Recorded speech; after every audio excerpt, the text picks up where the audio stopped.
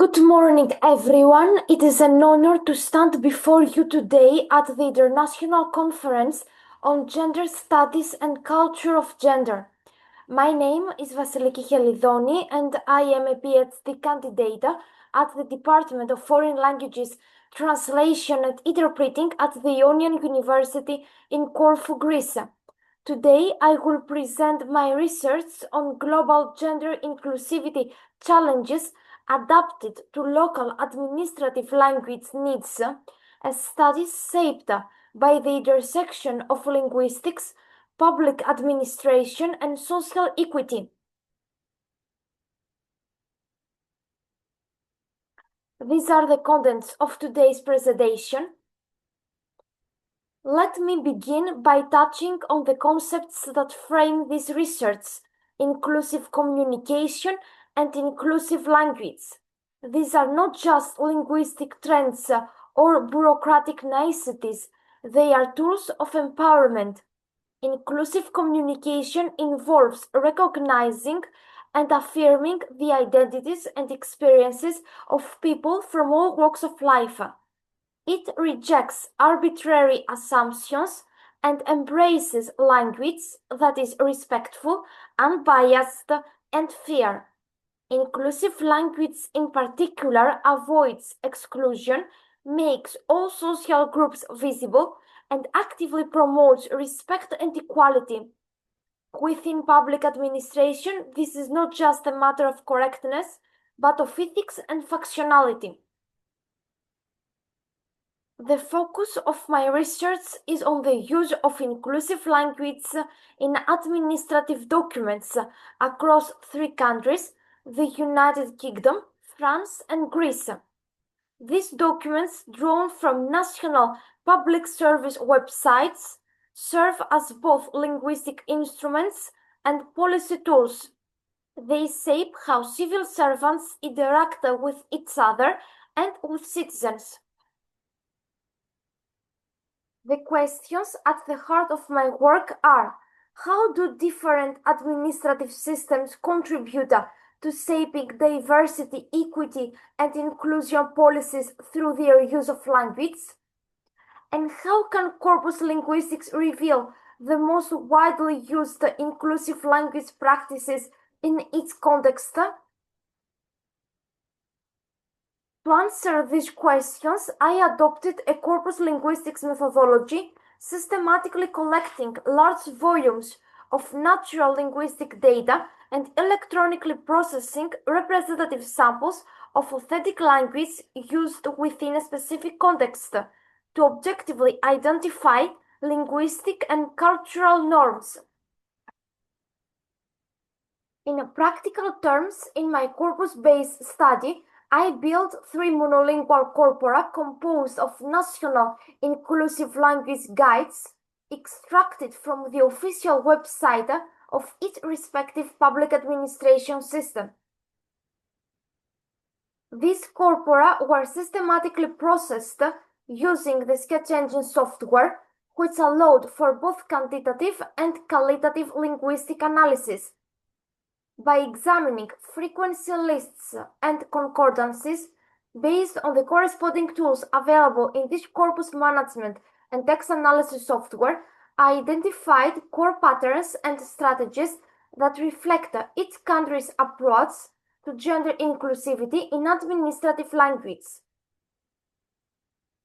Now, when it comes to comparing gender-inclusive language techniques in English, French, and Greek administrative contexts, my presentation is based on findings from monolingual corpora of national inclusive language guides and highlights how different linguistic traditions shape inclusive practices in public communication.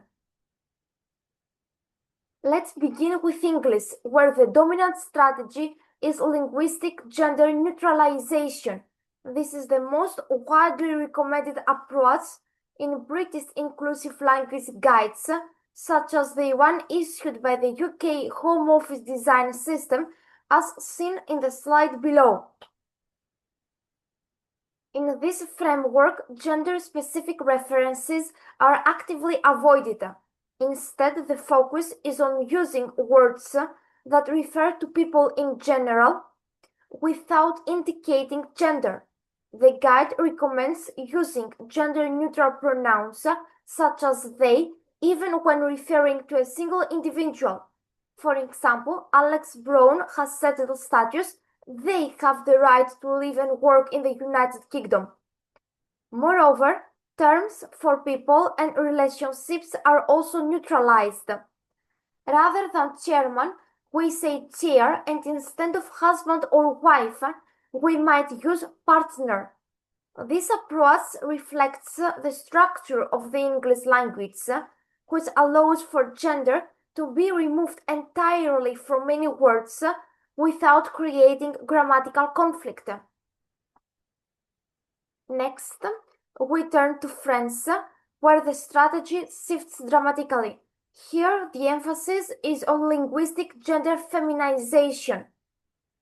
According to France's Guide pratique pour une communication publique sans stéréotype de sexe, the language's grammatical gender system means that visibility of both women and men must be actively created, particularly in professional titles. The guide strongly encourages the use of feminized forms of job titles and functions. For example, we say la directrice rather than defaulting to the generic masculine le directeur when referring to women. This practice is not new. In fact, feminized professional terms have existed since the Middle Ages, though they have only recently gained mainstream administrative recognition. The rationale here is both grammatical and social. Feminized forms are morphologically correct and essential for acknowledging women's presence and participation in public and professional life. Lastly, let's look at Greek, where inclusive language guidelines promote what we can describe as linguistic gender binarity. The Greek language's rich inflection and strong gender marking make full neutralization or feminization more difficult. As such, the official guide «Οδηγός χρήσης μη σεξιστικής γλώσσας στα διοικητικά έγγραφα» emphasizes double forms and explicit references to both genders. The goal here is clarity and inclusivity. When addressing mixed gender populations, the guide recommends naming both the masculine and feminine forms, either fully spelled out or abbreviated using gendered suffixes. For example, where the masculine form might have once stood alone, now both άντρες και γυναίκες, men and women, are explicitly mentioned. In cases where the same morphological heading creates ambiguity, both definite articles should be included to clarify the gender of the referent. In plural forms, where ambiguity might remain, the text should explicitly state women and men to ensure clear and inclusive communication. What we see across these three languages is a powerful illustration of how grammar and social norms intersect. While English leverages its capacity for neutrality, French embraces feminization as a corrective to historical male defaults, and Greek navigates its rigid gendered structures through dual referencing. Its approach reflects both the linguistic resources available and the cultural values prioritized by its speakers. And importantly, all three aim to achieve a more inclusive public discourse, one that acknowledges diversity, reduces bias, and respects all individuals regardless of gender. To sum up, let me briefly share the distinct approaches found in its national context. In the United Kingdom, the dominant practice is gender neutralization. Inclusive language guides promote the use of neutral terms and pronouns, avoiding gender-specific references entirely. As far as France is concerned, France's administration favors gender feminization. Guides emphasize the use of feminine forms for professions, titles, and roles, terms that historically were either excluded or generalized in masculine form. This approach actively corrects gender imbalances in representation. As far as Greece is concerned, the Greek approach focuses on gender binarity. The linguistic system's strong gender structure leads to the use of double forms, for instance, explicitly stating both the male and female forms in administrative texts. While not neutral or non-binary, this acknowledges gender plurality within grammatical constraints.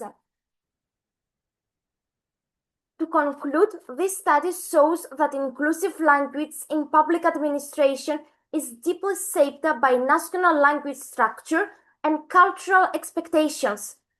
From neutralization to feminization to binary forms, each country's approach reflects a unique balance between global equity goals and local linguistic realities.